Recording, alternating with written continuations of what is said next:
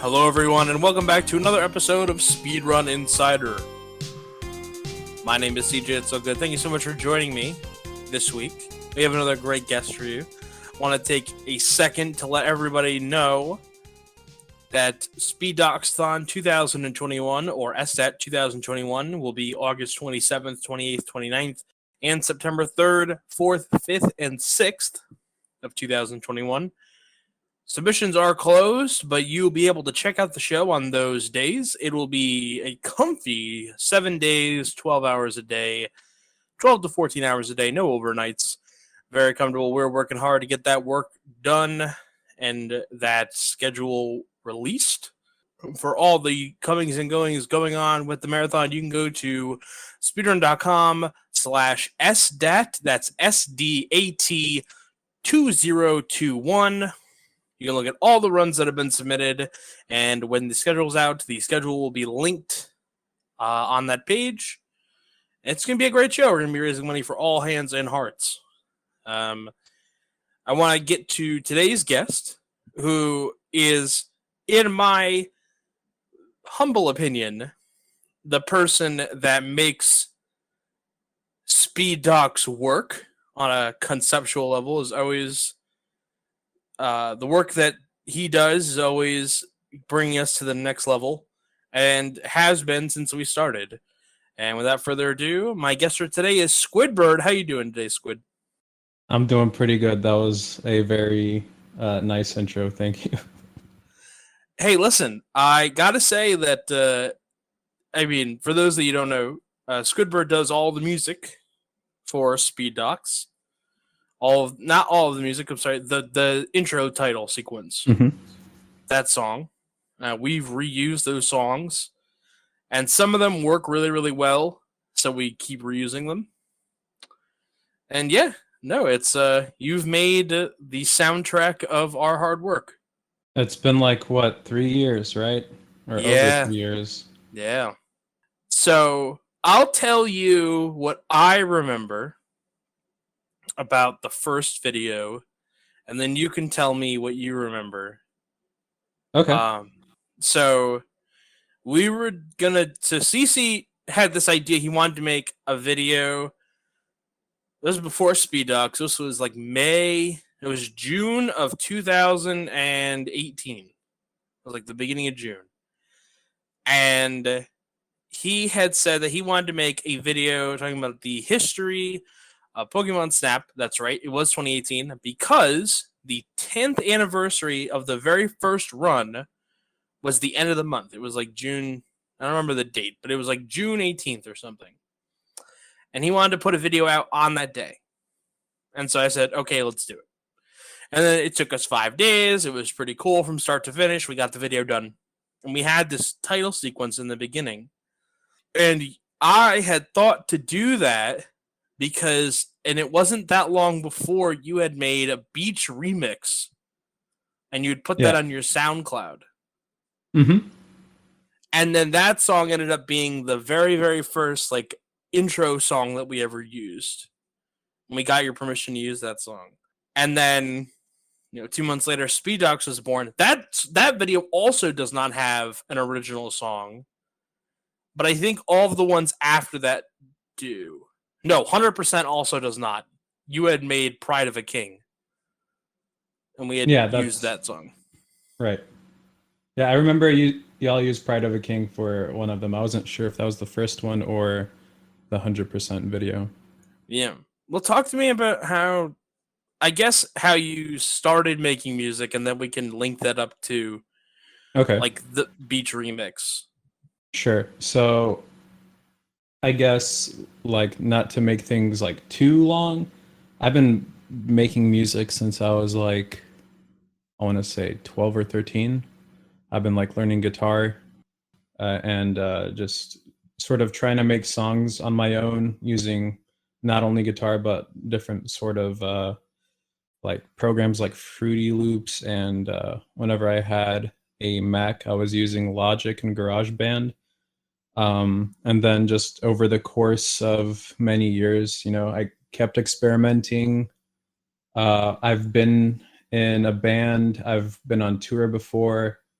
I've played festivals. I get to say I've opened up for deadmau5, Lil Wayne, and like all these huge names. It's crazy to think about. But yeah, like music has just been something that basically since middle school I've always been into, and it's been a part of my life. And so leading up to the Beach remix, I guess we'll start there since that was the first song. I was relearning, or not relearning, I was using Fruity Loops again. And sorry, I think I'm watching my brother's dog, and she's drinking water right now, and it's picking up on the mic. So sorry about that ASMR there. But yeah, so I was just like trying to relearn Fruity Loops, and at the time I was speedrunning Pokemon Snap. I forget like what my time was around then, but I'm pretty sure it wasn't too far off my PB. But I decided, you know what, I'm gonna, as a sort of test and a exercise, I listened to um, all of the Beach song and then transcribed it by ear into Fruity Loops.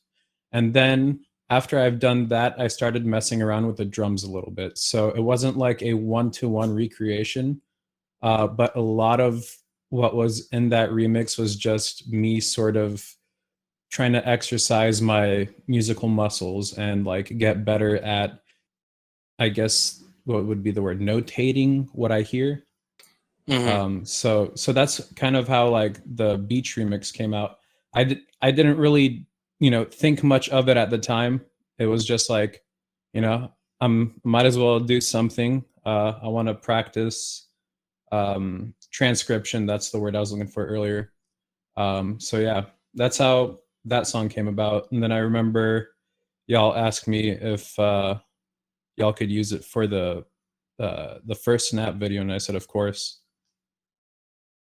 And so from then on, I think, like you mentioned earlier, Pride of a King, which would you like me to get into how I made that? Yeah. Because I think that one is a much more interesting story than Yeah. the Beach remix, because the Beach remix is just, it's like a cover and it was pretty straightforward. But with Pride of a King, it was my sort of attempt to make a song that sounded like Donkey Kong Country, and the instruments I used in the recording that was used in the intro and the one that I also have on SoundCloud was all made using the actual sound font in the Donkey Kong Country video game. I think in that song specifically, it was DKC2, where the sounds came from. But I've made like multiple variations of Pride of the King, a lot of them which haven't been publicized or published. But basically, I was staying up late, as I usually do. I had a melodica, which is like a little piano horn thing. Like for anyone listening, it's basically a piano with a tube that you blow into, and then it creates sort of like almost like an accordion sound, but not really. It's a weird instrument, but super simple to use. And I just sort of came up with the melody to Pride of the King, and then I was like, this just straight up sounds like a Donkey Kong Country song. So I tried arranging it and putting it together, and that one was also on Fruity Loops, where I did that. And yeah, I really like that song. I think it's one of my favorites in terms of how I was able to sort of create a song and then just immediately pump it out. Like that song didn't take a long time at all to put together, but it's like purely it was a work of like love for video games and video game music. And I think like in that sense I did a good job. I think you did a great job with that song, because the first thing that everyone says when they hear it is, "What Donkey Kong game is this from?" Like Yeah. you really got that down. It really brings it to life, you know. Yeah, thank you. Yeah, Donkey Kong Country 1 and 2. I'd say more so 1 because of nostalgia. I have a better memory of playing DKC1. By far, like in my top 5 video game like soundtracks, if not top 3 or 2. Honestly, I would probably put it as my top, but I don't know. It's definitely up there. So it's a soundtrack that always plays through my head. It lives in there rent free, as they say. What other soundtracks sort of live in your head rent free? Banjo Kazooie, which I've made Grunty's Yeah. Lair. Yes. Yep. Although that's like kind of moving forward. I don't know if you wanted to go in order with like the songs. Yeah, we could go in order. I was just curious All right. what other soundtracks lived in your head. Uh, yeah, Banjo Kazooie. I've never played Persona 5, but that soundtrack is amazing. Like I've watched my friends play it before, and it just always comes back. Really random, but the title track to No Mercy on N64. That is pretty random. Yeah, it's for some reason it's just like the diggity dog. Just always just comes to mind, just randomly throughout the day. A lot of N64 soundtracks, to be honest. GoldenEye, like N64 Rare era is like probably my favorite. Grant Kirkhope and David Wise, both rare composers. Of course, Mario, Koji Kondo, the classics. Really, those are the main ones, and I'd say also Halo. Like that one is just iconic. It's just Yeah. and I love this sort of choir and like not really Gregorian chant, but it's got that sort of cathedral feel to it. Yeah. Yeah. I hear what you're saying. Are there any albums, like in particular, or like just like going outside the video game umbrella? Okay. Are there albums that really appeal to you? Because there's a few that I feel like are it constantly in my head. So my favorite band of all time is Megadeth. Okay. And in high school, like I listened to at least an entire Megadeth record every day, no exaggeration. So nowadays I don't listen to as much Megadeth as I used to, but like they're probably up there as like the band I've listened to most. So like a lot of their albums, like Rust in Peace, Euthanasia, Countdown to Extinction, Peace Sells, like a lot of old school metal like that. I constantly like sort of like those songs pop up into my head. Mm-hmm. Other things like it's honestly all sorts of stuff. I really love Carpenter Brute. That is probably like my most recent like big inspiration. They're like a French synthwave group, and kind of skipping forward to a song that I've made, a wrench. I forgot what I titled it. A wrench and a plan, because there's a sequel to it. Yes. Yeah, a wrench and a plan. The one that I made for the first Ratchet and Clank, I believe. Yep. That song was heavily inspired by Carpenter Brute, and even the Aquatic Ambience song that I made as well, I'd say. So like the Carpenter Brute's trilogy album and more recently Leather Teeth, those two albums have been like a huge sort of made a huge imprint on me as a composer. Nice. I know for me, I have a like when I think of like albums that are stuck in my head, I'm cheating a little bit. I just like my dad used to listen to so much CCR. So when I rode in my car with my dad, it was so much CCR. It was like nonstop. And Bob Seger. And then you Oh go in yeah. my mom's car and it's the White Album.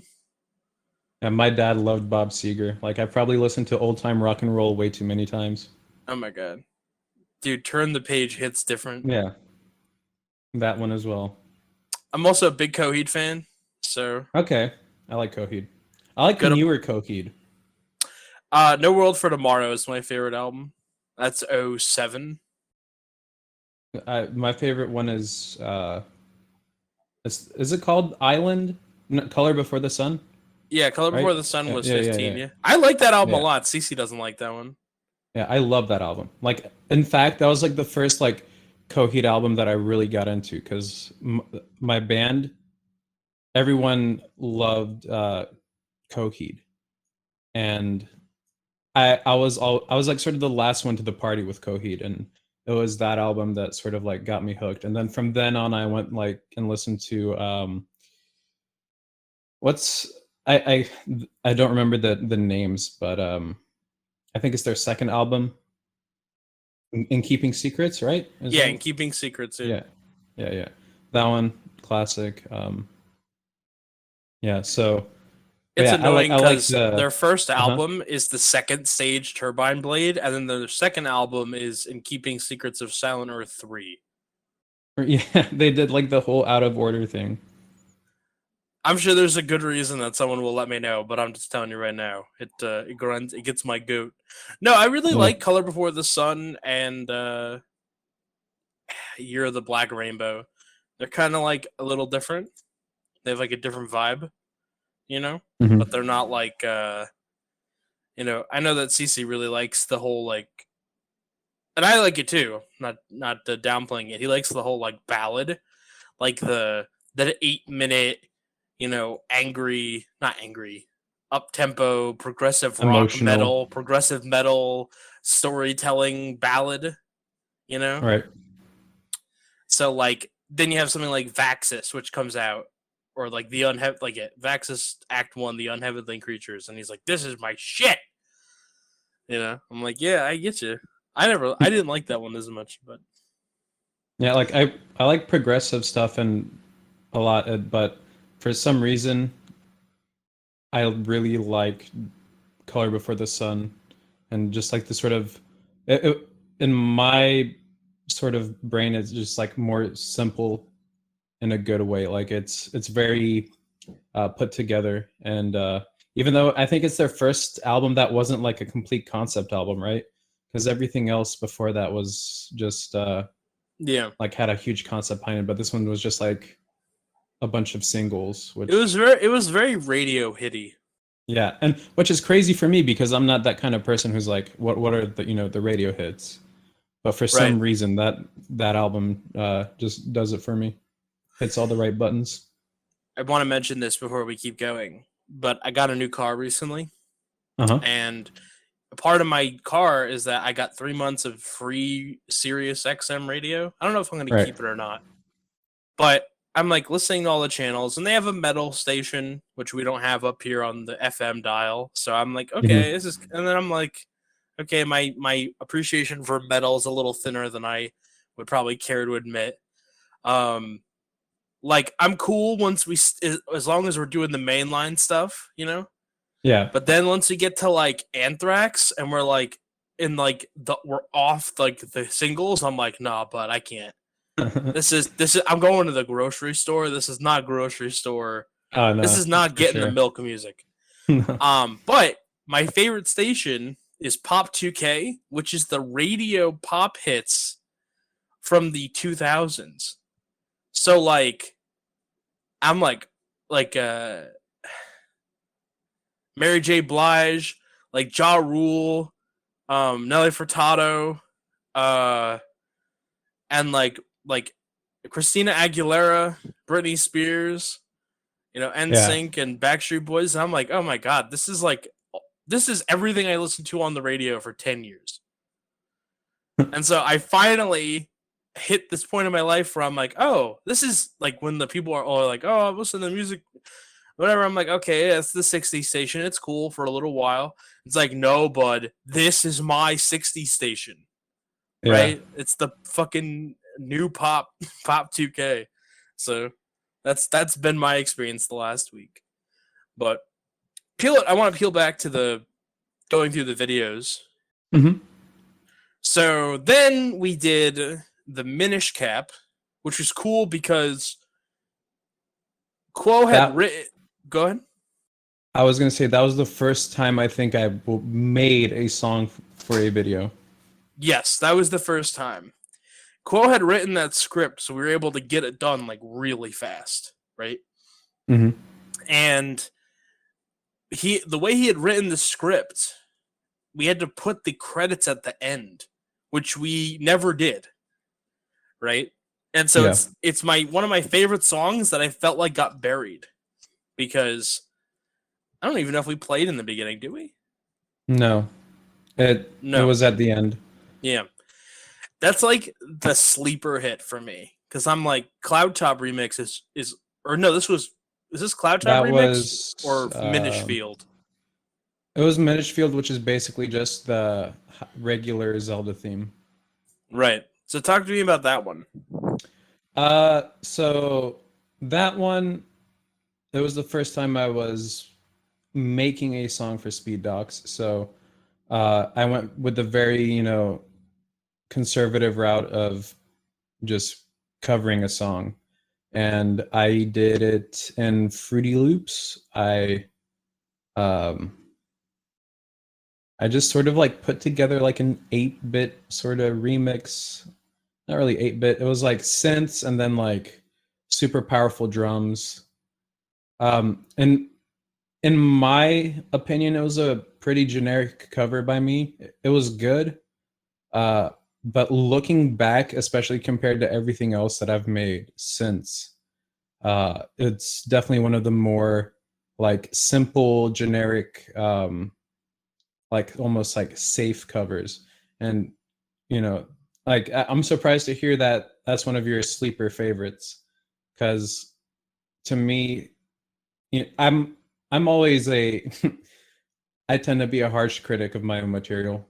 Sure. Sure. We all are. I've sort of learned to appreciate my own work more in more recent times. So I tend not to be as negative, about my own work. But looking back, I remember I wasn't really thrilled with it, but I wasn't mad at it. I was just like, yeah, that was a good job.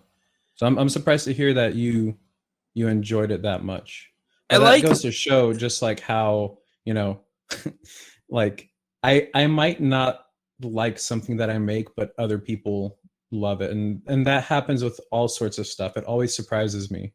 And I think that happens with many creators. I'm pretty sure y'all have made a video where it was like, this one was like okay, but then everyone's like praising it. And then the one you put a lot of hard work into is the one that gets the most crap. Yeah. Yeah. I feel like we've all been there. So we had well, it's interesting that you mentioned that because I think one of the big things for Speed Docs is like we have an idea like, oh, this is gonna be a good one, and then it kind of doesn't happen. That's happened more times than I think we thought it would happen. It's like, we really thought Hollow Knight was gonna be a hit, like because Hollow Knight has a huge community, but it just didn't take off.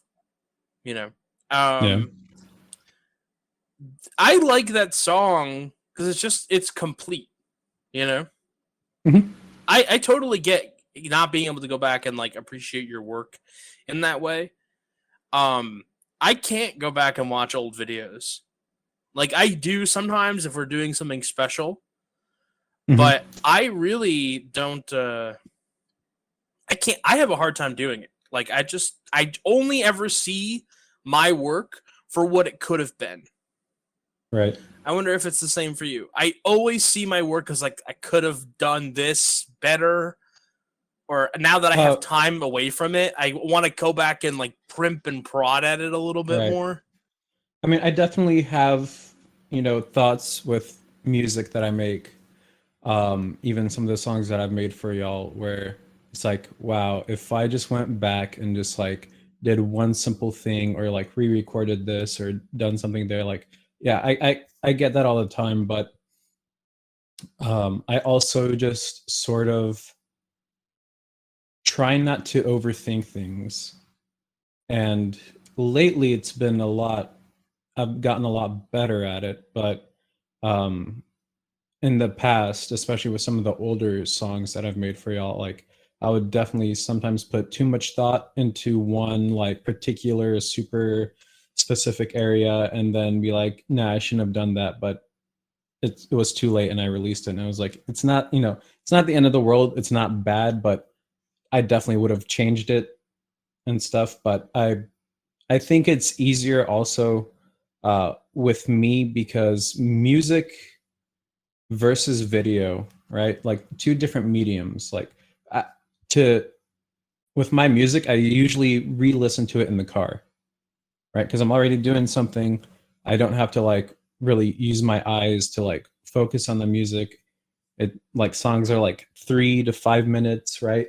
So it's really easy to just sort of like listen to it, get it out of the way, think about like what I learned making that song, what would I change, versus where you would like watch a video, right? And some of them can be up to 2 hours long, right?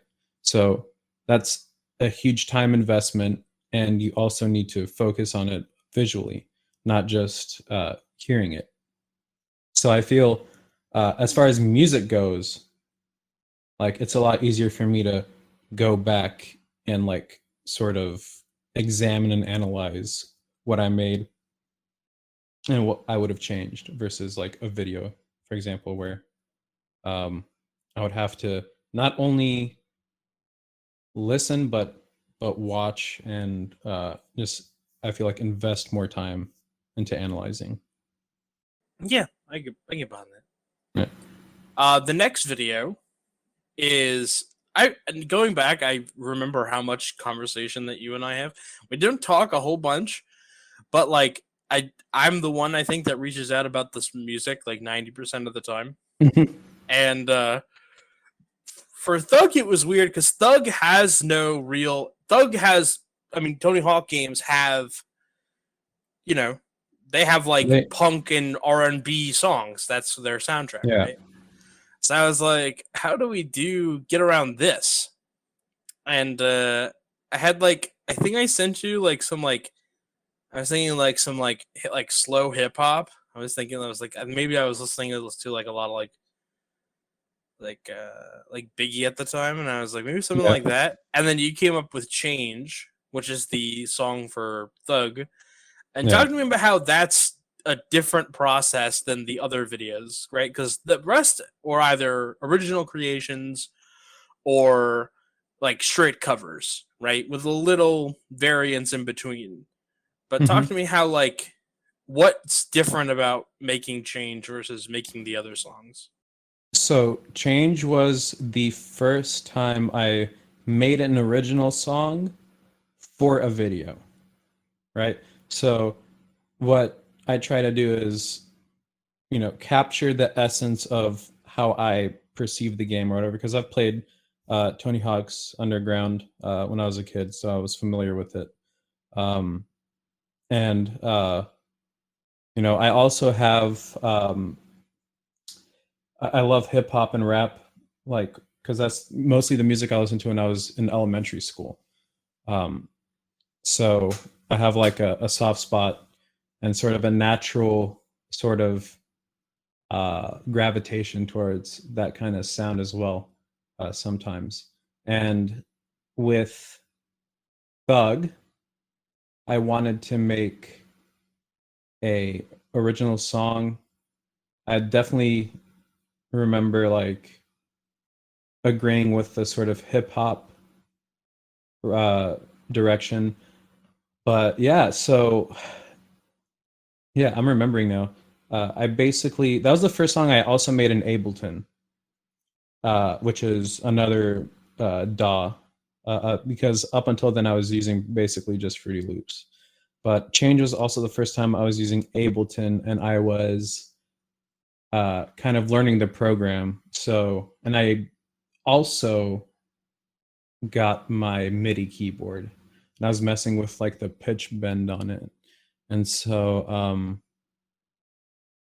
yeah, I'm not, like the song is just sort of playing in my head. I would just like play a few chords and then just like pitch bend them. And then I was like, okay, now I need like a really low drivey bass line with, you know, some driving drums, and so the boom boom boom boom boom boom, like that thing just came out. It sort of like wrote itself in that regard. And then there's like these little electronic piano licks that I was like, kind of inspired by Riders on the Storm from the Yes. Doors. Yeah. So I was like, it's almost like I sampled it, but not really, because I just like made my own like little homage to it. But that's what I was like going through my mind. It's like Riders on the Storm meets hip hop, which is funnily enough in another underground game, Need for Speed Underground. I think it was Need for Speed Underground 2. It was like the title song. It was Snoop Dogg like doing a Riders on the Storm remix, and it was sick. So yeah, but anyways, then I was like, someone I think in the Discord had the idea, I think it was one of the runners if I recall correctly, to like put um either they suggested or linked me the audio files Yeah, I remember that. to all the quotes. And so I was like, and then someone said the quote, they really liked the quote, "You're the one that changed," right? And like everything around that quote. So I was like, also experimenting with sampling audio clips, and so I kind of like sprinkled those in, and that like kind of tied everything together, and really, I feel like that's what really made it stick with the theme of Tony Hawk's Underground, because like the song itself works, but that sort of like brought everything together. Like despite it being an original, it still sort of captured the essence of the game, I feel. Yeah. So I was really happy with that, and to this day, I think it's like one of those like fan favorites that anytime I get a compliment or like a YouTube comment or a SoundCloud comment, whenever those happen, um, that's definitely one that gets a lot of love. So yeah, I have really pleasant memories working on that song, because it was a lot of firsts. First time working with Ableton, first time making an original 4-speed docs, first time like working with samples. So yeah, it was, to me, it was a really good learning experience. Yeah, absolutely. I know that's one of me and Cece's, I think both of ours, like favorite songs that you've made. Mm-hmm. Now, I think this one coming up next is really, really good. It's not one of my favorites, but the sequel you did was one of my favorites, or the follow up. We're on to Donkey Kong Country 1, Mm-hmm. that video. I was sick for a lot of this video, so I don't remember a whole bunch of it. But talk to me about Aquatic Ambience remix. Right. So whenever I found out y'all are doing DKC, I was kind of like, hold my beer. Like, I'm I gonna do remember, something. yeah. I was like, don't worry about it. Like, I got this, because I love that game, as I mentioned earlier. So I wanted to do Aquatic Ambiance because it's a classic. Everyone loves that song, and for a good reason. But I wanted to make it a little different. And I have in the past tried making a remix of that song. And I remember listening back to it and be like, I can make this way better now. And it was like, also like, I was still fairly new to Ableton. And I was kind of, I think I also streamed like a lot of the process of making that song. So it was cool kind of like doing it live for a portion of it.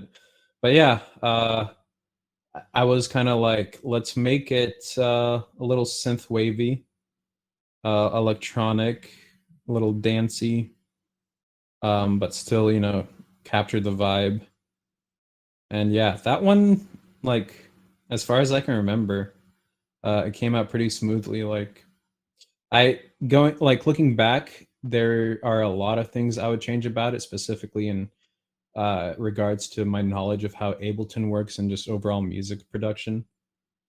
But I think as a concept and my execution at the time, given the abilities and skills with Ableton that I had, I think it came out great. I think to this day it is my most popular song on SoundCloud, and I'm pretty sure it's like, because I uploaded it onto YouTube a bit later, but I still think it has like a lot of listens on there as well. So it's like my number one hit, I guess. Hey, it's the song behind our #1 video, so True. it's It, as good. What's that word? Synergy.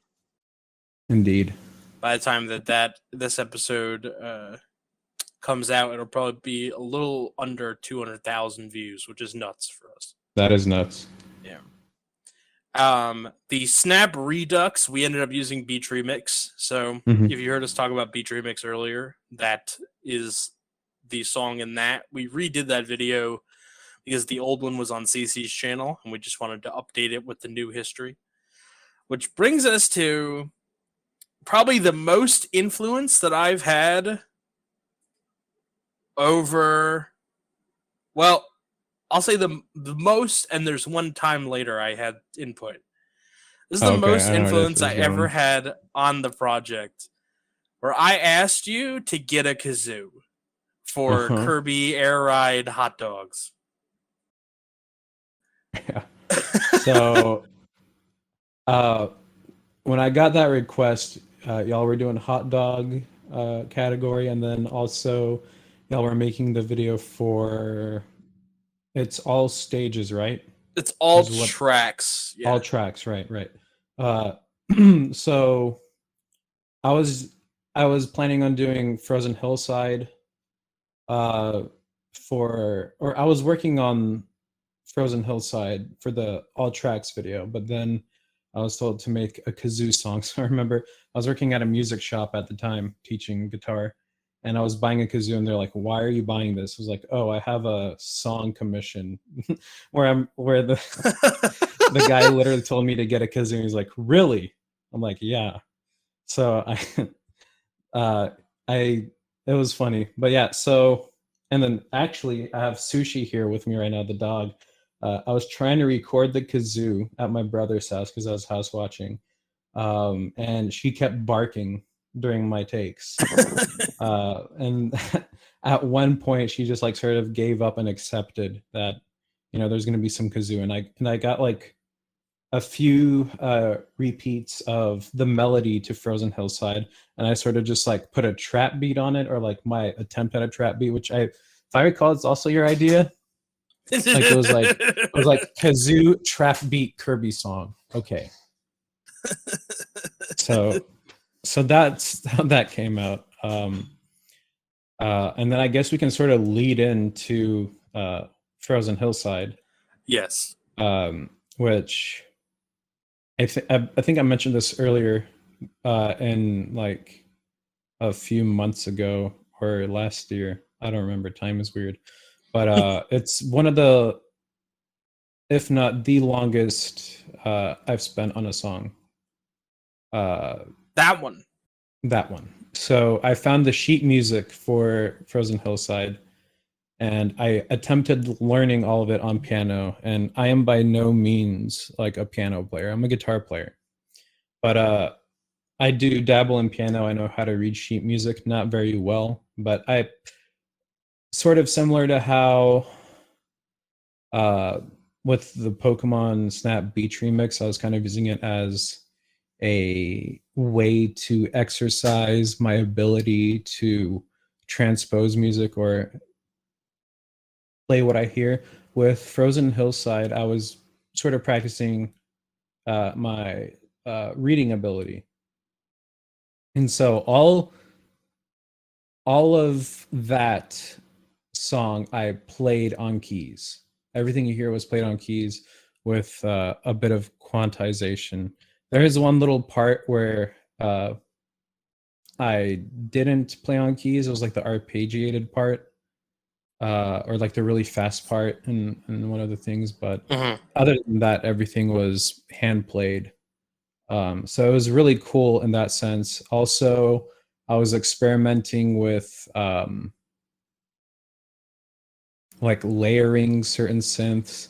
Like that one had a lot of different instruments. Um, and it was honestly looking back a disorganized mess in terms of like the workflow with that song. But I think it came out pretty good. Um, it was just a very long, strange learning experience for me. That's interesting. We don't ever really talk about how you make the music, usually because we're like embroiled in like the midst of production. Yeah. So like we just are like, hey, are we gonna get the song? Like, when are we getting the song? This Friday. Okay, cool. Yeah, awesome. That'll be perfect. And then we get the song on time, and you're like, do you want me to like edit it to the VO? And I'm like, please do. That'd be. And then we don't really talk about it, so that's interesting to hear. Yeah. That song is a ripper. Yeah, that one is like another like it's up there in terms of play count, and that's my niece's favorite song because she loves Kirby. Oh, that's cool. Then we have a break where we didn't put out a video for 4 months. Ratchet kind of spent some time in developmental hell, but we did Ratchet and Clank New Game Plus. And the song in that video is A Wrench and a Plan. Mm-hmm. And you said you started to explain what that was inspired off earlier. It was like French. Yeah. Carpenter Brute. It's a synthwave band. Which anyone listening, if you like A Wrench and a Plan, you should go check them out. But with that song, I remember I found the Courtney Gears song, I think it's what it was called, but that was for like Ratchet and Clank 3. But I was like, I was listening to that song, I was like, damn, this is a banger. And then they're like, oh yeah, no, this is from the third one. I was like, oh damn. So I remember, I think I started working on covering that theme. I've never played Ratchet and Clank before, so I think this is the first time that I really haven't played the game that I'm making a song for, now that I think about it. But I was like, you know what? I want to. And usually what happens nowadays is if I haven't really played the game, that's when I make an original. Right? Okay. That's like that's why I guess like you'll hear originals, because like in a weird way, I don't feel comfortable covering a song unless I'm familiar with the game. And as far as I can remember, it's always been like that. Maybe there are a few exceptions, but yeah, that's generally how I do things. And yeah, so with that one, I just remember that one was actually interesting. So I was listening to, I think Kerwin is like one of the areas in that game. I was listening to like the music for that area, and I was also looking at the sheet music, and I was like sort of making mental notes of what like kind of musical things were happening, like in a theory sense. So like I noticed, oh, there's a little part with a little like up and dun dun dun dun dun, like sort of bridge, and like all these like different things, like little percussive elements. So even though it's an original song, I kind of, in a way, followed the recipe of the Kerwin theme, but kind of blended it with like Carpenter Brute stuff. And so like another interesting aspect about that song writing process was I made every part using a piano sound. So I probably have it somewhere on my laptop, but I have a version of the song that is just piano. Oh, and then cool. I just changed the piano instruments to different kinds of synths, put some effects here and there, and then basically molded it into sounding the way it does now. And then after I changed everything, like with the synths, I layered on like some little choir electronic pad stuff. But to me, that is my favorite song that I've made for y'all. Really? Yeah. That's your favorite? That's my favorite. Because it's an original. So, like, as far as originals go, I guess it's my favorite. And I feel like this song on its own is really good. I'm really glad with how I was able to incorporate elements from the Ratchet and Clank games, which a lot of comments on the video were saying, like, I can totally see this being in the game, which was cool, right? Because like Yeah, it's a I good feeling. also see it as a Carpenter Brute inspired song. So it's like kind of like almost like all these stars align for that song. And like I it the melody and the sort of harmonies and all of that is really, it's very, I was playing like in my, I guess home field would be like an analogy. Like I was very at home in that like musical key and the sort of style and the sort of uh melodic nature of the song. Yeah, it it felt like a very personal song while not being a personal song at all. That's a really interesting way to explain it. Yeah, it's one of those hard to describe feelings, but basically art. Art. That's the word. So, in a weird way, right? Because you didn't make one for Fable, but you did make one for Part 2. So you did make a song for every game that we covered, Mm-hmm. even though it wasn't every video. So you made Oakville remix Mm-hmm. for Fable Part 2. Yeah. Um, that one. So I played Fable 1 a lot. Like that was the first game I remember renting from Blockbuster and renting multiple times consecutively. Um, because I loved it so much when I was middle school? Yeah, I had to be in middle school when that game came out. Um, but yeah, so that kind of going back to when I make an original versus when I make a cover. I love Fable, so I decided to cover the Oakville theme.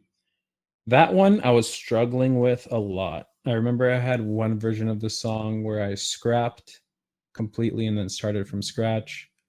And eventually I sort of found like a sort of space where I could work in like this sort of slow, almost like doom, not really emo, but sort of emotional, like slow and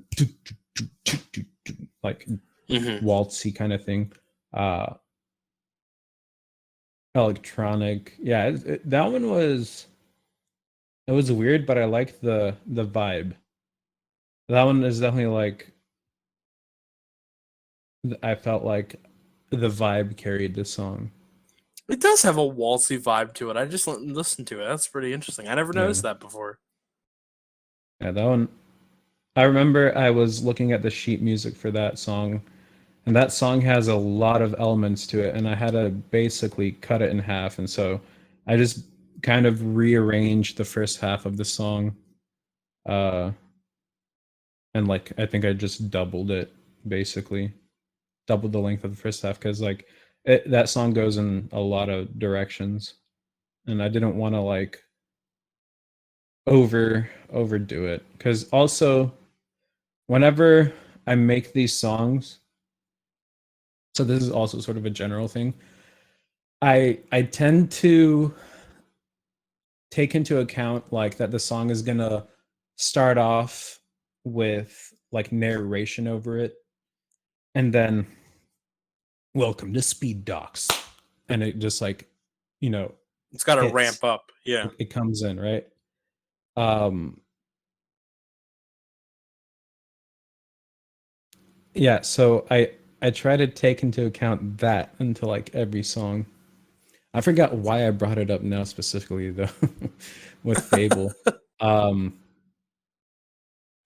but yeah, like that's something that I do with every song is that, other than the one that I'm working on now, which I'm still going to need to figure out how to do that, but I have ideas already. Well, that's But yeah. good.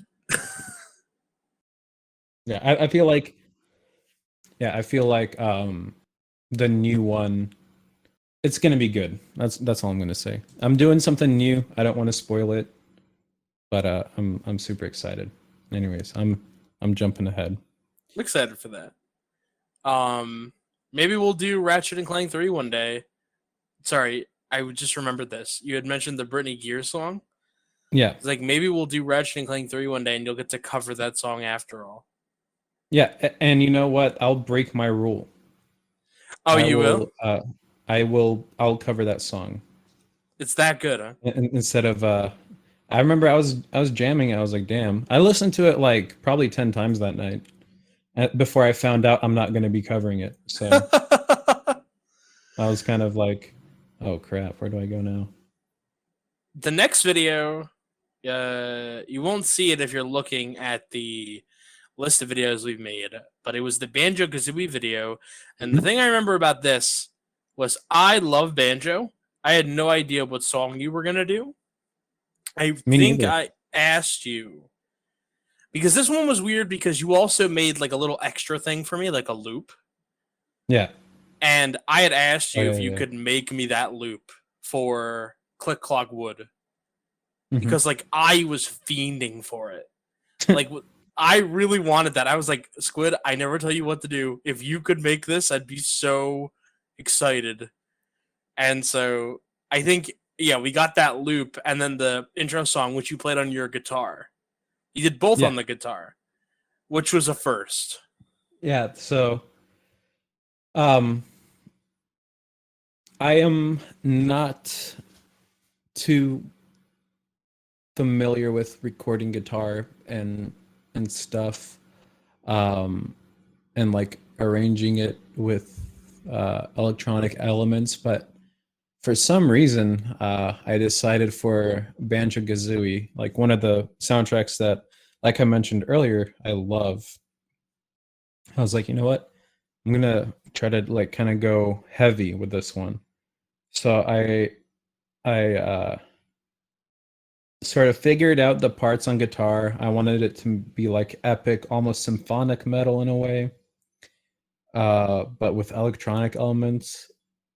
Honestly, a very weird combination, but a lot of people love that song. It worked out.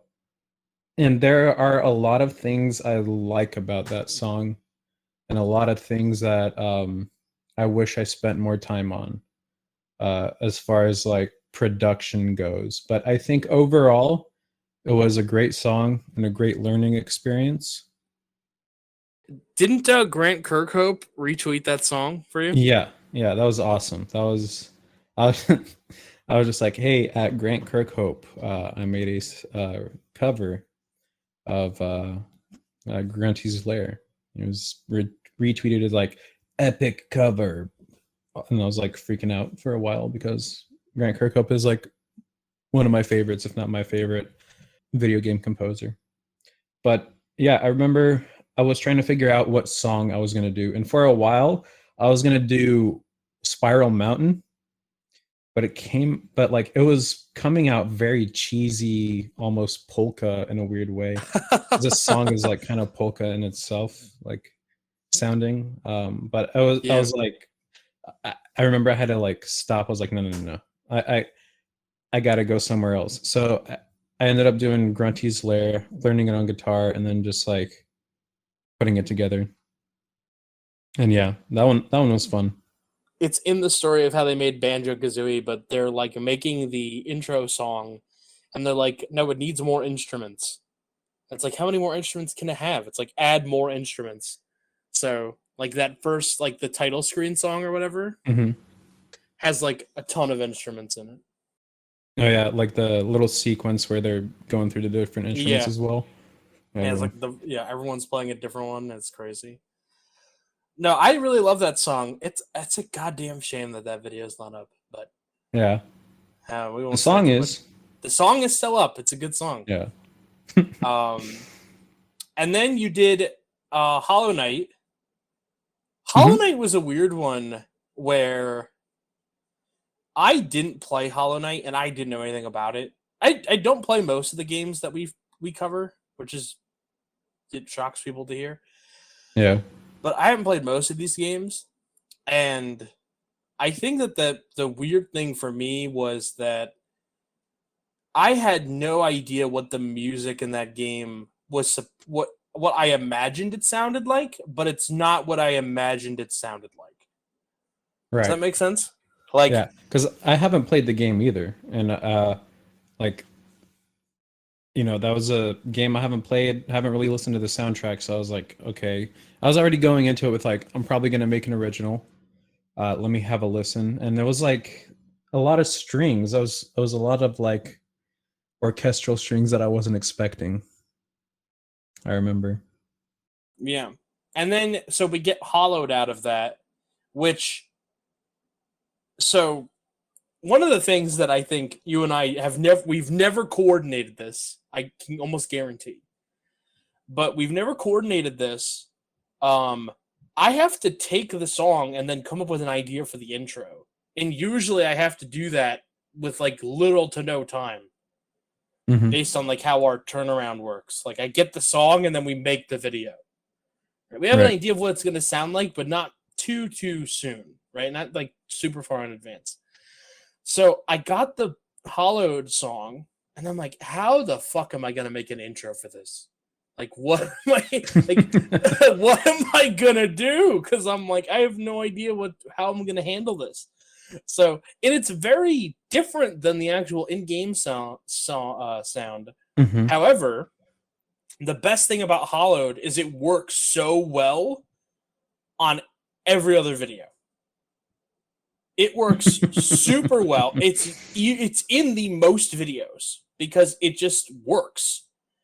I don't know how well it Uh-huh. worked for Hollow Knight, like because I don't know what we would have put there, Yeah. but it works amazing. It's one of the best songs that we have in our pocket because it works in every video. Yeah, So that song is one of the most like produced songs that I've made, where like I kind of like did a lot of like flashy bell and whistle type stuff. Um like especially like after the strings, like after the intro, whenever like the drums come in and like the little build up with the little chorus melody, like so one thing that I struggle with most is percussion and drums, but with that song I feel like I did a really good job in that regard, especially with like the super crazy hi-hat patterns that I was coming up with and trying to make those work. So yeah, I remember like kind of like you, like I don't know what a Hollow Knight song is supposed to sound like, even though I was listening to a bunch of like OST stuff to get like inspiration, mhm. but I was just like, you know what? I'll just put some violins in there and then everything else we'll see what happens. Like that's just sort of how like, and then I guess hollowed Hollow Knight, I was like, okay, something empty sounding, right?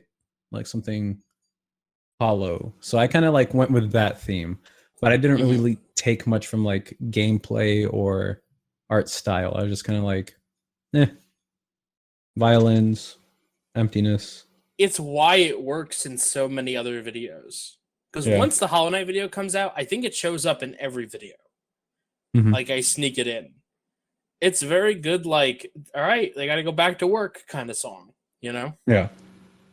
So it finds its way. It's interesting in that way. But and then we have Zelda 2, the Minish Cap, which was Cloud Tops, which you did on the guitar, and the Yeah. video on your channel is you playing the guitar, which I thought was Hmm. really cool. Yeah. So that song probably has the most that I wish I'd go back and change. Oh, Um, really? I did kind of rush it. And so like to me, everything that I would want to change, like it just like it's magnified for me. Like because like that one is always the one that I look back and I'm like, damn, like I really wish I could redo that. But at the time, it was a weird time because like COVID was kicking in. I had like a bunch of family issues, like relatives' health and stuff, and like it was like 2020 was rough for everyone.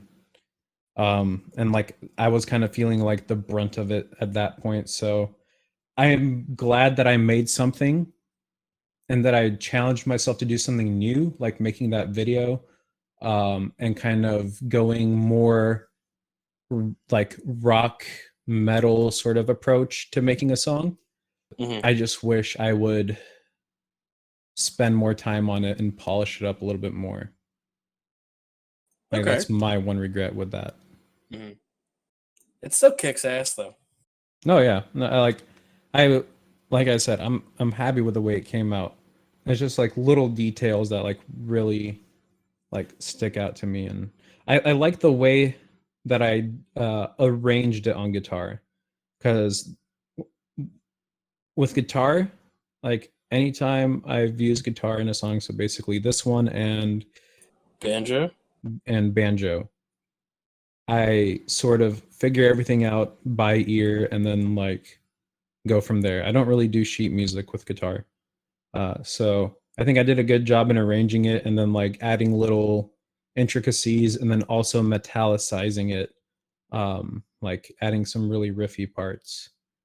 Yeah, there's a lot I like about that song, but in like the grand scheme of things, it is that one song that, you know, that would be on the bottom of my tier list for my own personal stuff.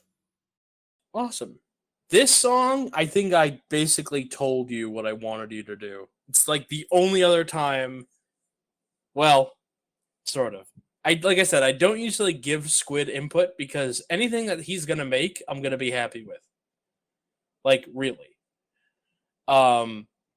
So I've also learned not to doubt him at all in the process, to just let the process play out. But I went to you and said, I really want you to do Stricker Brush Symphony. Yeah. And you did. And I Yeah, love it. that I It's wanted my to do favorite Forest song. Interlude. You did. I'll say I really wanted to do Forest Interlude, but Sticker Brush Symphony, classic. You know, to me they're definitely like the top two songs. So I was like, you know what? I'm not gonna be mad at doing Sticker Brush. So that one, let's see.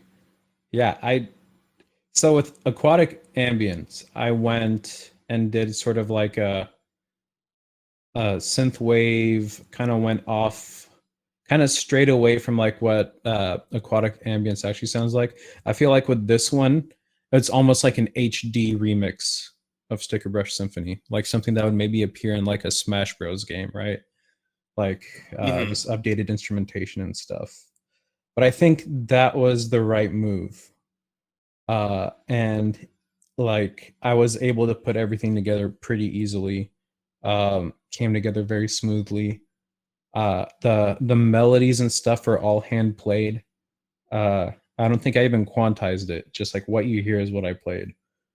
For like the little like spacey sounding synth where it goes like all wobbly sometimes. Like I had a little modulation wheel. Like it was a very tactile experience with that song. So yeah, that one is good. It's just solid. Like I'm really happy with when that one came out. It is a solid song. Like I really wanted it. I remember when we did the first video, I was like, man, when he does 2, this is the song he's gonna do. There's a part of me that's like, if we ever do a third video, if we ever do DKC3, would you pick a song from DKC3? Or I am would you not go back super and familiar with DKC3. I've played it before. It's like the redheaded stepchild. So it's yeah, I don't know. I've played it before. I remember enjoying it. I just never finished it, and like none of the songs really stick out to me. I'm sure if I heard a song, I'd remember it. I've seen runs of it before, so I've heard the soundtrack, but there isn't like a song where I'm like, oh, DKC3, hell yeah. So I mean, I would probably, you know what? Maybe I would do an original. Ooh, maybe I would. I was like, go back and do Forest Interlude. Oh, I'd go back and do that. I mean, you know, I could always make it, but I feel like that would be good for like another if y'all did like DKC2 some other category. You know what I mean? Yeah. Well, maybe we'll do because that. I feel like DKC3 would need something DKC3-ish, or at least an original. I would feel weird doing a DKC2 song. You know, like just like I wouldn't want to do a DKC1 song for DKC2 or another. That's fair. Another one for DKC1. I would still want to like sort of respect the game's soundtrack, where Right. make an original based off of things I hear, or just cover a song. Because it is, I'm pretty sure it's still David Wise who did DKC3. So Yeah. it's I'm familiar with his style. After you did DKC2, you did Luigi's Mansion. Yeah. So I don't know why I just thought dubstep. That was something we weren't expecting, by the way. Yeah, I wasn't expecting that either until I sat down and was like, you know what? What if I just go like right here? So Go that's full literally what blah. happened. Like I think I started with just like the little harpsichord sounding like dun dun dun dun dun dun dun dun, and then I just like, the kick drum comes in, and it like builds up Mario, and then like what happens next, right? And I was like, you go dubstep. So it became a dubstep song. And I've never really made a dubstep song before, so that was fun. It's it's definitely like the Luigi of my music, you know what I mean? Like I think I did a good job in in a weird poetic way. So it's interesting. I mean, it did fit. I was like, how am I going to make this fit? But yeah. I also didn't know what to do I didn't know what you would do for the song because it doesn't have like music. Luigi's whistling or like as you restore the mansion, the music gets louder. Yeah, but that's I remember the I was whole looking game. for a song where like the song sounded like solid all the way through, but it was mostly just variations of the theme and stuff. So I haven't like really played Luigi's Mansion, so that was like kind of a cover. I mean, I've known this song from like Smash Bros and stuff, and I have played the game before, but it's not like a song that I always go back to and I'm like, yeah, this song. But no, like sometimes my mind's just like tells me to do something and I do it, and that's how Luigi's Mansion became a dubstep song. It was just like, why not? Let's try it. Hell yeah. After Luigi's Mansion, we did Going Commando for Ratchet. It was Ratchet Okay. and Clank 2. And So that song is the wrench in my plan. So not yeah, a wrench and a plan, it's the wrench in it is my a plan. sequel. It is. So I was like, I made an original that I really like for the first Ratchet and Clank. So how about I instead of making a cover for the sequel, why don't I make a sequel for the for the song I made from the first video. So I basically took the same theme, but I kind of went more in a hip hop direction, but still electronic. And I think it's like just more along what I was listening to at the time, which if I remember correctly was like hip hop, like Kendrick and stuff. So that's probably why that came out the way it did. But I like it a lot. That was the first time I got like outside input on a song. I got my friend who's a producer to have a listen, and he gave me some like some not tips but just like ideas, and I went with it, and I think it really sort of came out really clean. That's the word that comes to mind when I think of that song. Just a very clean song. It feels clean. Yeah. It feels like an appropriate sequel. Yeah, it's like the same sort of idea but presented in a different way. I have no real idea how like the plot of Ratchet and Clank 2 goes, but I feel like, as far as like for they kind of make a joke about how it's like, oh, it's basically the first game, but it's a different galaxy. Like, it's kind of like we had to go to a different galaxy now because we saved that one already. So it's kind of like Also, the series in general is very tongue-in-cheek, so it felt appropriate. I Yeah. always like hip-hop stuff. You could make a hip-hop song for every single thing, and I would take it.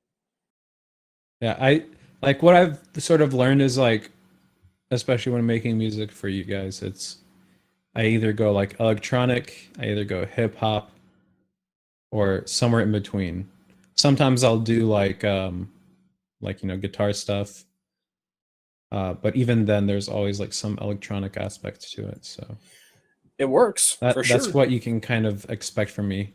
And then every once in a while I'll throw a um a dubstep song or something crazy in there just to shake things up. Oh, Uh Luigi. a Luigi, yeah. All right. So the first and last time I ever doubted Squidbird, the Jack song, I was so fucking wrong that I said to CC, I'm never doubting him again. Um, Cyber Jungle 69, I have to tell you, every single time I hear that song, I start hitting my desk. I start drumming along on my desk. You have created a song in my mind which makes me play along more so than like We Will Rock You. Wow. And that it's so compulsive for me. I have to do it. Like we played it recently for the birthday stream, and I Uh-huh. said to Cece, every time that the clapping and the drums kick in, I have to hit my desk. So talk about that song. All right. So with Jack and Daxter, I remember I was trying to make a almost like my own. I've never played it, so I listened to like the first area. I forgot what it was called, but I was kind of getting ideas for what the game sounds like, and I heard a lot of jungle stuff. So I was like, you know what? Let's try to make a jungle level uh, soundtrack from scratch. So I didn't really take a lot of inspiration from like Jack and Daxter, like from the game, but I sort of tried to capture the essence and like reimagine the sort of first area of the game, and that's what Cyber Jungle 69 is. It, if I recall correctly, I started with the kalimba line, like dun dun dun dun dun dun dun, and then just like sort of worked off of that. um I had this is the first time I did like a separate percussion track, or like maybe not the first time I made a separate percussion track, but I made it much more involved, um, as well as having a regular drum set playing a beat. So, and the way the two like play off of each other is really cool. I think I did a really good job in regards to sort of maintaining the jungle feel, but giving a steady sort of pulse to the song. Yeah, I agree with that. It never feels like you get too far away from the jungle feeling. Yeah, What's that? it's The didgeridoo? What is that instrument in the? oh, in the beginning, the Yeah, it's like ooh, uh ooh. it was just like, so I have this piece of software called Omnisphere, and it was like just a setting on there, like a soundscape. I forgot what it was called, but there's probably some didgeridoo in there and like some other percussion. It's basically one of those like press a button, cool sound comes out things. Um, We love it. so I was just like, let's set the tone with this. Some speaking can go over that. Oh yeah, and then the bass line, boom, boom, boom, boom, boom. So I put that. I made that after the sort of kalimba line. And that song is basically just the same melody but building on top of it, and it keeps building and building and building until it gets to the end where like everything's playing at the same time, and there's like some random synth in there that kind of brings Yeah. in like a like technology in the jungle, cyber jungle. I think cyberpunk came out around the same time. So I was just like, I'm gonna call it Cyber Jungle 69 XD. Mm-hmm. But yeah, that song is like, it's the furthest. It's the song that's the furthest from being directly influenced by the game.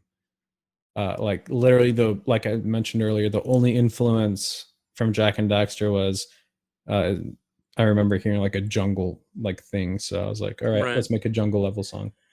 What's so crazy to say that you say that, because the do do do do do do that part, Mhm. that feels very much like something I would I, hear in a Jack game.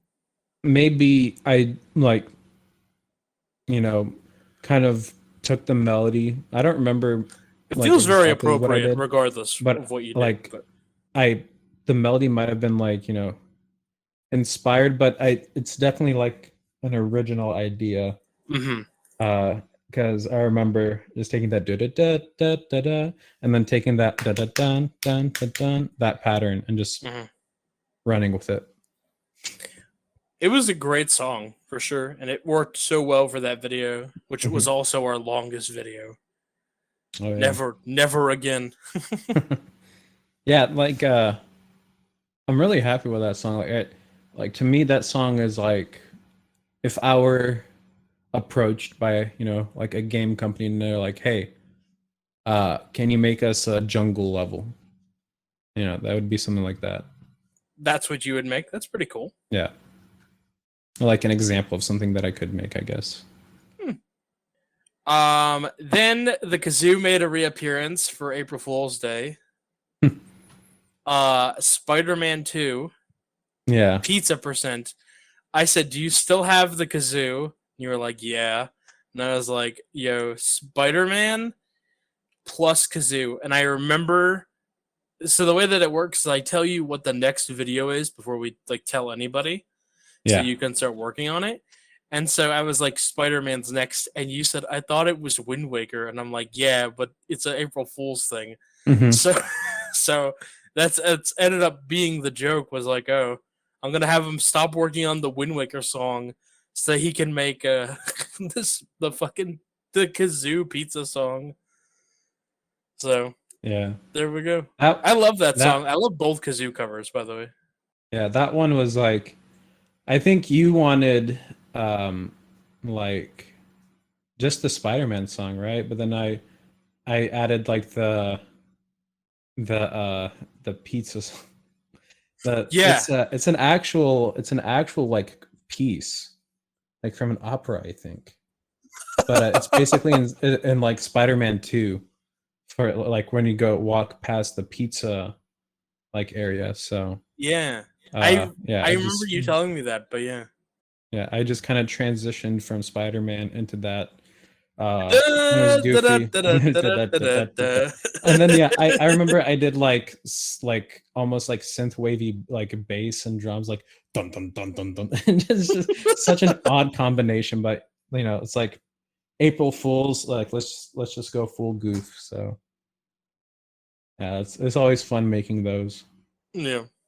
It's just And like I don't have to take myself seriously at all. yeah, I mean, I think that they're fun, and I think that they're just like, you just get to ass off a little bit. I mean, that's what I Yeah, liked about the pizza video. It's like, it does not matter how well or poorly I do on this video, as long as it's good, you know? yeah, Like, I just get to send that back into the universe.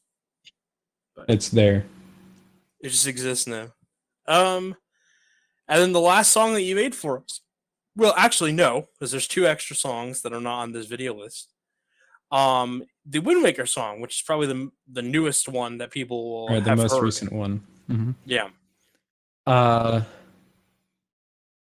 right. So I haven't played Wind Waker, but I'm familiar enough with the Zelda franchise and soundtrack that I knew Dragon Roost Island, and that's like a popular song from Wind Waker. And so I have a ukulele, and I don't know why, but to me, ukulele and Zelda music goes really well together. So I learned the chords on ukulele. I just basically I didn't record myself playing it. I just like recorded samples of my ukulele and then like put those samples together and like looped them, and then I did like a sort of like hip hop drum line almost type beat on top of it. And yeah, that one was like pretty simple, but I like the way it came out. Yeah. It delivered for sure. And that video needed kind of that upbeat kind of song, you know? Mm-hmm. So it really worked. We were really happy with that video. Yeah. You also I think if made there's like anything like good. if there's anything else like pertaining to that song, um not really. It was like pretty straightforward process. Mm-hmm. Sorry, I cut you off. You also made the theme song for this show. Oh, that's right. Yeah. The first thing that everyone hears every week is this is the Speedrun Insider. Yeah, I don't. I you incorporated that the newsroom like Yeah. Yeah. yeah, which I really enjoy. Yeah, that was fun. That was fun to make. Yeah. You also made the theme song for your old podcast, The Gold Split. Yeah. So I kind of took a similar approach to both. I text to speech, like the welcome to the Gold Split podcast, or the this is the Speedrun Insider. Do you miss podcasting?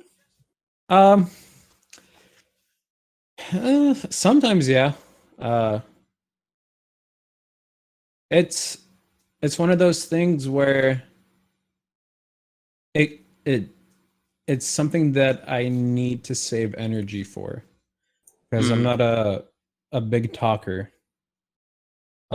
So like it's one of those things that I'm glad I got to experience, and maybe at some point I'll go back, but there was also like a lot that I learned about myself, and just like speaking and trying to get questions in the flow of conversation. Yeah, it was fun for sure, but like it was also like difficult in some regards for me. Do you think you and CC will ever pick it up again? Like for like a couple one-offs or something? I wouldn't write it off. Like, I don't necessarily plan on it, like, or have any plans in the works, unless I'm keeping it a secret on purpose. Well, those used to, not a lot of people remember this, but those used to be on the actual main Speed Dogs channel. Yeah. When we took them off, the day that we deleted them, we got like 50,000 views that day, which was like ridiculous. It was like all of our videos got like rediscovered. It was really, really weird. But it's like a weird maybe algorithm trick. Yeah, the algorithm doesn't like when you have multiple kinds of content, which is like dumb. Well, yeah, then that's why you see a lot of channels making sort of like separate channels under the same brand, like Speed Docs Gaming or Speed Docs Theory, or like just whatever. So what else do you have like kind of planned as we start wrapping up? What can the people expect from you in the future? More Speed Docs music, of course. Of course. Never want to stop that relationship. Probably more like music just for the sake of music. What else? I've been trying to get into streaming again, not speed running, but just I've been doing a lot of cooking, and I've been doing like cooking streams every Thursday on my Twitch, and I've gotten into TikTok recently. I finally got sucked into that. Piece of watermelon that was like deep fried? Yes. So I found a TikTok recipe for, because I'm vegan. I know it's crazy that I went on for an hour and a half without mentioning that I'm vegan. But yeah, I wanted to try this recipe. And it's basically like watermelon in the style of like gyukatsu, which is like a beef cutlet, Mm-hmm. deep fried Japanese beef cutlet. So it's I cooked it knowing very well it's not going to taste like meat. I just wanted to try it because I love watermelon and I love deep frying stuff. So yeah, it came out great. I would probably make it again. It's just very it's a messy process. Like I would definitely have to like get better at organizing the everything and making it clean. But I made two of them actually, and the second one came out way better. So Is your veganism a moral thing or a like health thing or a taste thing? Because I've met people all the that above. all of the above. Yeah. Like I honestly I can sit here and tell you like I have some sort of reason for going vegan, but I kind of don't. I just kind of went vegan. Uh Sure, but it happens. I'd say like the most practical reason is because health, and I would eat a lot of junk food and fast food, and I've always wanted to go vegan. Like I've done pescatarian before, vegetarian, but I just never had enough recipes and enough knowledge and enough confidence to like go full vegan. But I kind of started cooking vegan and eating more vegan, and it wasn't that I was vegan. I just like kind of incorporated more of it into my diet until the point came where it was like I was only eating vegan food, but not on purpose. And then at that point, I was like, you know what? Why not? So I Mhm. just kind of picked up the label and I'm running with it now. I haven't eaten beef or pork though in 6 years, so that's like something that I've always had restricted Mm. my meat eating to some degree, but I recently made the change, and by recently I mean like a month or two ago, to where I only eat vegan.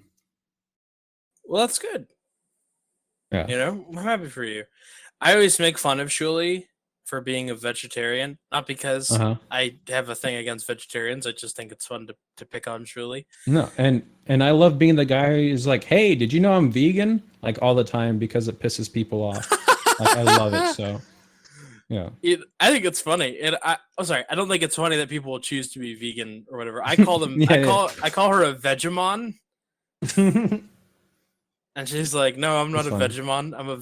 I'm a vegetable-tarian." I was like, "No, no, no, same thing." You know, I did. I'll say this, and then we can kind of start wrapping it up. But I did date a girl one time who was vegan, and she would like pocket mulch. Explain. She would like pocket compost. Ooh, that's Stinky, yeah. that's It was smelly. before I lost my smell, so maybe in another life I would have been like happier about it.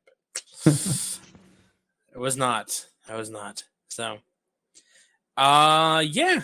So, is there anything else you wanted to mention before we wrap up here, um, cooking streams, TikTok. Uh, that's pretty much it. I guess I'll go ahead and plug my stream right now because I am doing a sellout fundraiser for a capture card. I put the goal at $200, and as an incentive, if it's met, I'm gonna do a hot tub stream.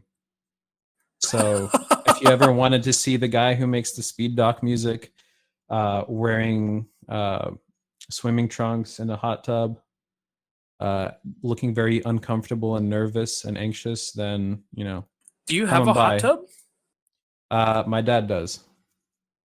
So yeah, Nice. it's summertime. It's the perfect time to do it. It's an outdoor one. It's not one of those fancy indoor ones with like the banana or the pickle Rick. I get your Mm-hmm. right names on, but it'll be something, and it'll be fun. Uh, I've been like, along with veganism, doing exercise, so my body is probably at its peak fitness that it's ever been. So I'm kind of pushing myself and like trying to uh love my body, so to speak. So Well, I'm happy to hear that. it was a cool little like thing that I get to push now and try. So yeah, twitch.tv/super squidbird. It used to be squid_bird, but now it's just super squidbird, all one word. Absolutely. Like he said, you can follow him on twitch.tv/super squidbird. You can find him on Twitter, twitter.com/yougotmad, YOUGOTMAD, @yougotmad. You can find all of his speedrunning accomplishments, his numerous speedrunning accomplishments on SRC at speedrun.com/user/squidbird, all one word. You can find all of the songs that he makes for Speed Docs on his YouTube channel. Go to youtube.com and type in Squidbird, SQUIDBIRD, all one word. You can find all of the latest songs. It's in his upload row. All the songs are in there. And then whatever you can find on SoundCloud. Is that still Squidbird? It's still Squidbird. Yeah, Squidbird. And I'm also going to mention TikTok @YouGotMad, same as the Twitter. Or you could search Squidbird because it's the username at separate things. So yeah. Mm-hmm. But yeah, thanks CJ. It was really fun getting to go back and reminisce, talking about all the all the songs and reminiscing about the process and all of that. It was really fun. Thanks for having me on, man. This was awesome. You're welcome back anytime. Thank you to everybody who listens each and every week for liking, commenting, sharing, telling your friends, doing all the things that you do to make sure that we can keep the podcast free and clear and we don't have to make decisions based on the algorithm. Tune in next week. We have another great guest. And just a quick reminder that STAT 2021 will be August 27th through the 29th and September 3rd through the 6th. So come out, watch the show. Not asking you to donate, not asking you to do anything that you wouldn't want to do. Just come out, watch the show. Just you being there helps, just like you listening helps. Thank you to everybody that supports the show, and we'll be back next week with another great guest. Epic. Bye-bye.